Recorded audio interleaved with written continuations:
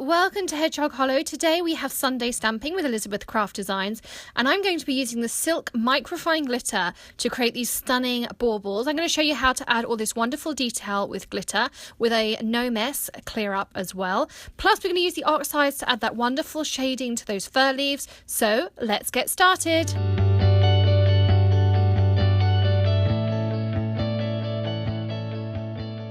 So today's card is all using the beautiful Baubles die from Elizabeth Craft Designs. This is a great die set, and if you saw me at the Akron show, we discussed lots of different ways to do with it. So you get this lovely bow to hold your ornaments on here. You've got some intricate ornaments, and we have some ornament outlines. We also have the holders for the baubles, plus we have this lovely fur piece. And I'm going to create a card similar to the one here on the front, just with a few different techniques in it. So I've pre-cut all my die cutting to make it a little bit quicker, but I'll show you what I've done.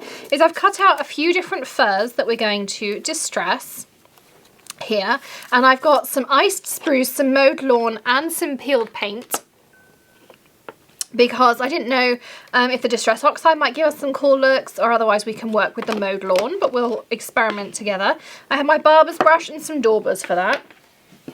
Now the bow piece, I actually just pre-cut these long pieces here using some blue cardstock, and the ornament toppers I've cut out of some copper cardstock here, so you can see if I lift them up, really pretty there, nice and reflective, and that's going to tie in nicely with the matting layers. So I have a 6x6 card, so my first piece is the 12x6, and then I've cut some matting layers. So we're going to have a piece of copper, a piece of white, and we're actually going to mount everything on this craft colour at the end. I just thought that white gives it a nice pop, and it doesn't all get lost into the background.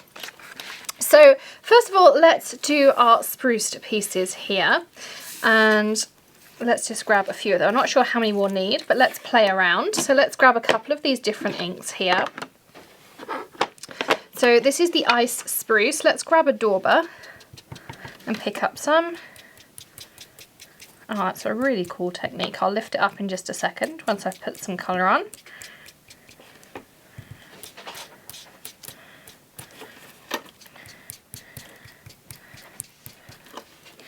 So that's there. So you can see how that ice spruce has really added that lovely oxidized colour to it, which is what I was hoping for. And that sits on top with a nice chalkiness. Let's try the same with the peeled paint. Again, I'm just going to grab a dauber.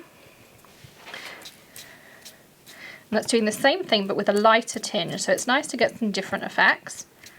And you could heat dry these, or I'm going to leave them till the end till we mount them up, and I'm sure they'll be dry by then. I'm dragging some through the middle too for a few different effects.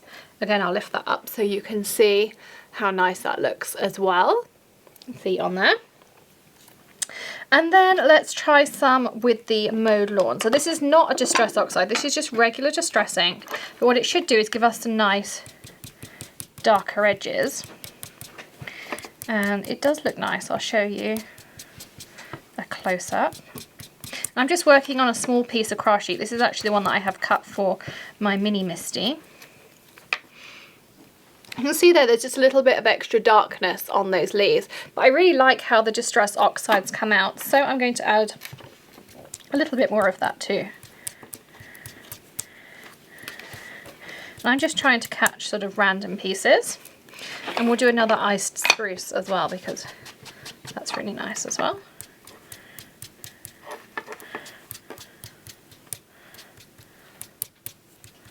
There we go. So we'll leave those to the side to dry while we're working on our baubles. Now, although it looks a really complex card and the die cutting maybe took me 5 or 10 minutes, you could easily cut these in bulk if you wanted to make more than one. But I also come together really nicely. So I have a piece of white cardstock that I applied the Elizabeth Craft Design adhesive to that you've seen me use before. You can buy it in a roll or in sheets. And then I've die cut my basic ornament shapes. So all three I have die cut here. And what I've also die cut out of the release paper that I pulled off from here, first of all I cut myself a square to hold things with. And secondly I cut all of those intricate ornaments that we're going to be using. I'm going to slide my die cuts here to the side. So these work brilliantly as masks. Now normally I would work on a coffee filter with this microfine glitter because it avoids a lot of static, but I couldn't find any, so I quickly just grabbed a piece of printer paper. So what I'm going to do is I'm going to start by just folding this back maybe somewhere between 1/3 and 1/2, because that gives me something really nice to hold on to. And what it allows me to do is position this hopefully fairly perfectly. So I'm lining up the point of my bauble there and my edges. They're the only pieces you really need to line up. And then to pat it down, if I use my fingers, I'm going to get stuck to it and I'm going to warp my piece. I'm actually going to use another piece of that release paper and I'm going to press it down. And I'm going to do the same to all three. Like so. So again, peel it back part of the way. Line up your point and your edge. And we'll start pressing that down just to make sure it's nicely lined up. And then again, I'm going to lift this up.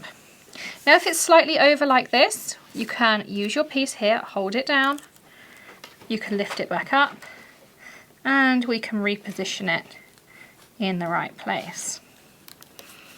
It's close enough for this one. And let's do our final one.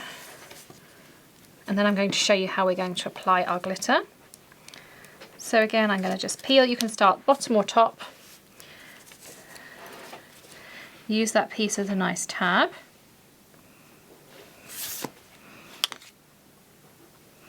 I'm going to line up that edge.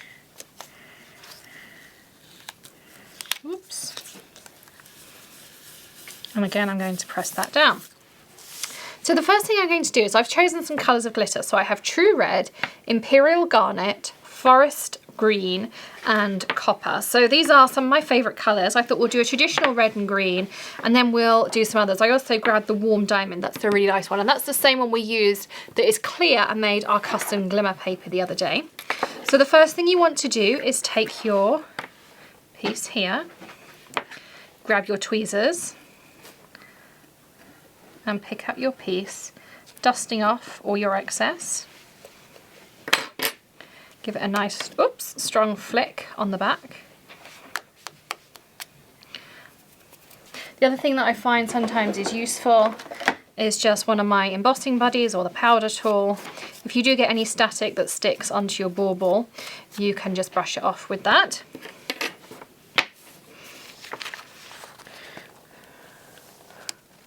And I'm just going to tuck that back in there. And the thing with a coffee filter is you won't get any residue, but piece of printer paper you can wipe it off as well. But if you have got coffee filters, I would recommend using those. Now before we do anything else, we're going to polish this first layer. I'm going to go around and polish this up.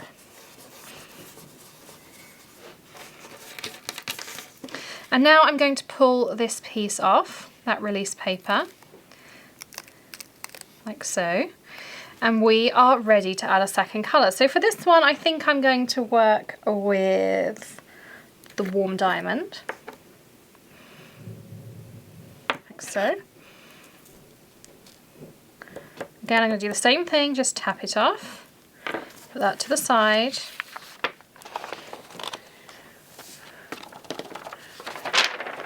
Get rid of that. Put our lid back on just because I would be the one to knock it all off. And then again, we're going to do that polishing and I'll lift it up in a second. You'll see all that extra glimmer and sparkle and everything we get in there from doing that polishing. Just running it between my fingers there. So there is our first ornament. You can see all that wonderful sparkle in there. And also the detail that you get by using the Microfine glitter. All of those swirls and everything are still in there. So let's do the same with our other two and I'll let you watch as I do that.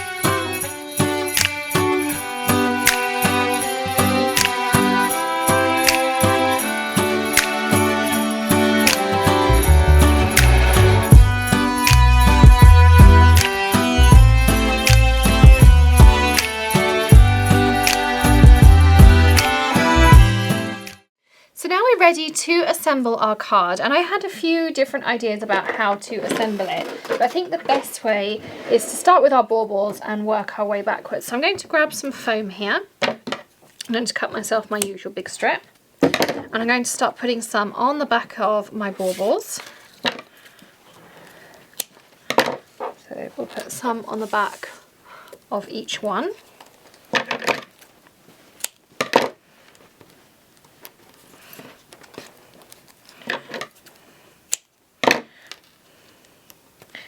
And then I'm going to actually layer this up as a second layer because I want to have lots of dimension to my baubles. If you're putting it through the mail, you may not want to do this. It's entirely up to you. Whatever fits your recipient or your method of postage. I know that you often look for different ideas, so you don't necessarily have to do this second layer. I'm just cutting these pieces down here and sticking them on like this. And now I'm going to put them roughly where I want them, I think. We'll have one down here. And the other thing is, now that they're buffed up or burnished or polished, however you want to call it, the great thing is they feel like a silk. That glitter's not going to come off on anyone. It's not going to be all over their mantle at Christmas. It is now stuck for good. And it feels like this wonderful silk fabric, which is why we called it the Silk Microfine Glitter. So there's our baubles stuck on. Now I'm going to stick on my blue pieces, and you could either use a glue pen or all sorts of things, but this is my little trick for doing them. So I just hold it down with my finger, run my tape over on a craft mat, and when I lift it up, only that little piece has got the tape on it. So I'm going to stick these on. I'm going to let them go straight to the top because we're going to put our evergreen over the top of that. Again, slot this in, and the same down here.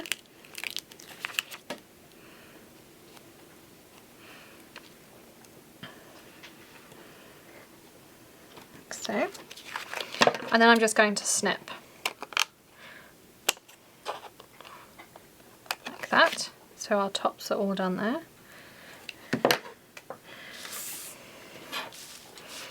And I'm going to again do the same thing with the tops of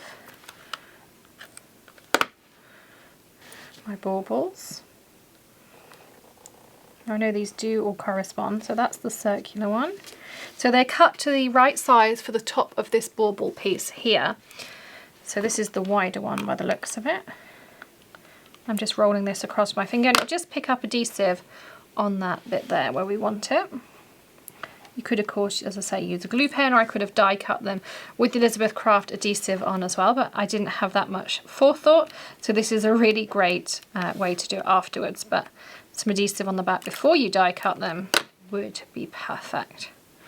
And again, I'm going to put this one, switch these over. I was right the first time. So this one goes on there, and this one goes on here. So there's our toppers for our ornaments. I'm going to add some ribbon on for the bows. So I just have some fine, this is gold ribbon. I did look for copper, but I didn't seem to have any. So I decided to go with the gold. And I'm going to just 2 bunny ears and knot them together, and that's going to create our bows. Then you can fiddle about with adding those on. So just keep kind of teasing backwards and forwards. And you want 3 reasonably equal bows. Same, bunny ears, pull tight. And then every time you pull those tails, you'll need to pull your knot back tight again.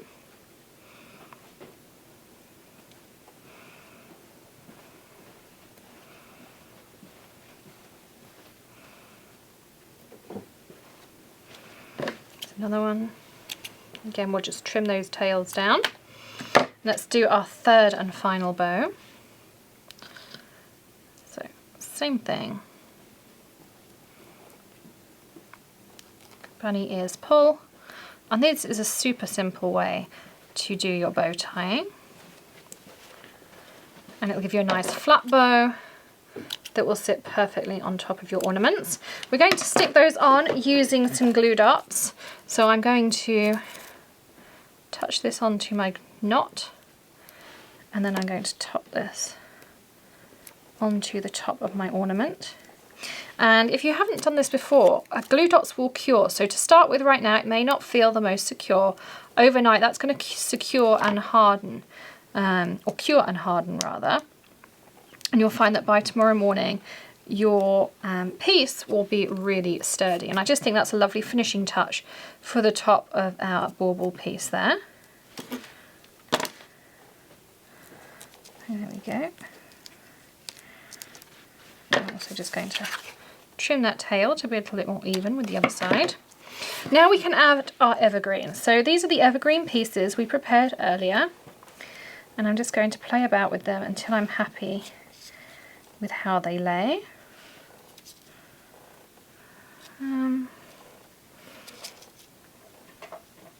And you can get them to lay in different directions, and you will notice mine are laying off the top because I'm going to trim them down in just a minute.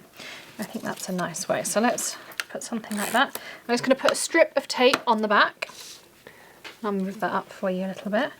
I'm going to angle these in. So there's one. I'll have one going across like this. I have this one going in down here. And I think we'll have a little bit of this one too. So these are all 4 that we created. I think that just gives us a nice bit of evergreen. And then what I'm going to do, again, I'm going to do the same thing. I'm going to turn this over, and you could use your paper trimmer.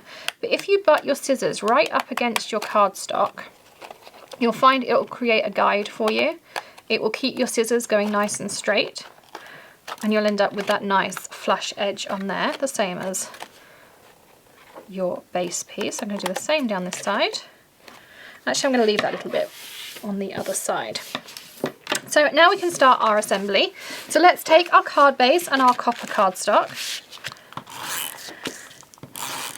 And we'll pull all this down.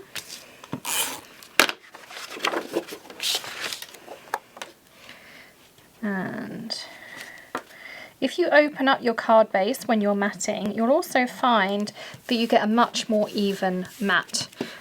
Because your cardstock's not bouncy, it's going to give you a really nice even way to work. It's not going to move around on you. If it was closed like this, you have that little bit of play, and when you start to put your layers down, you'll find you don't get quite the same effect. I find I get much better result this way. And now finally onto this piece.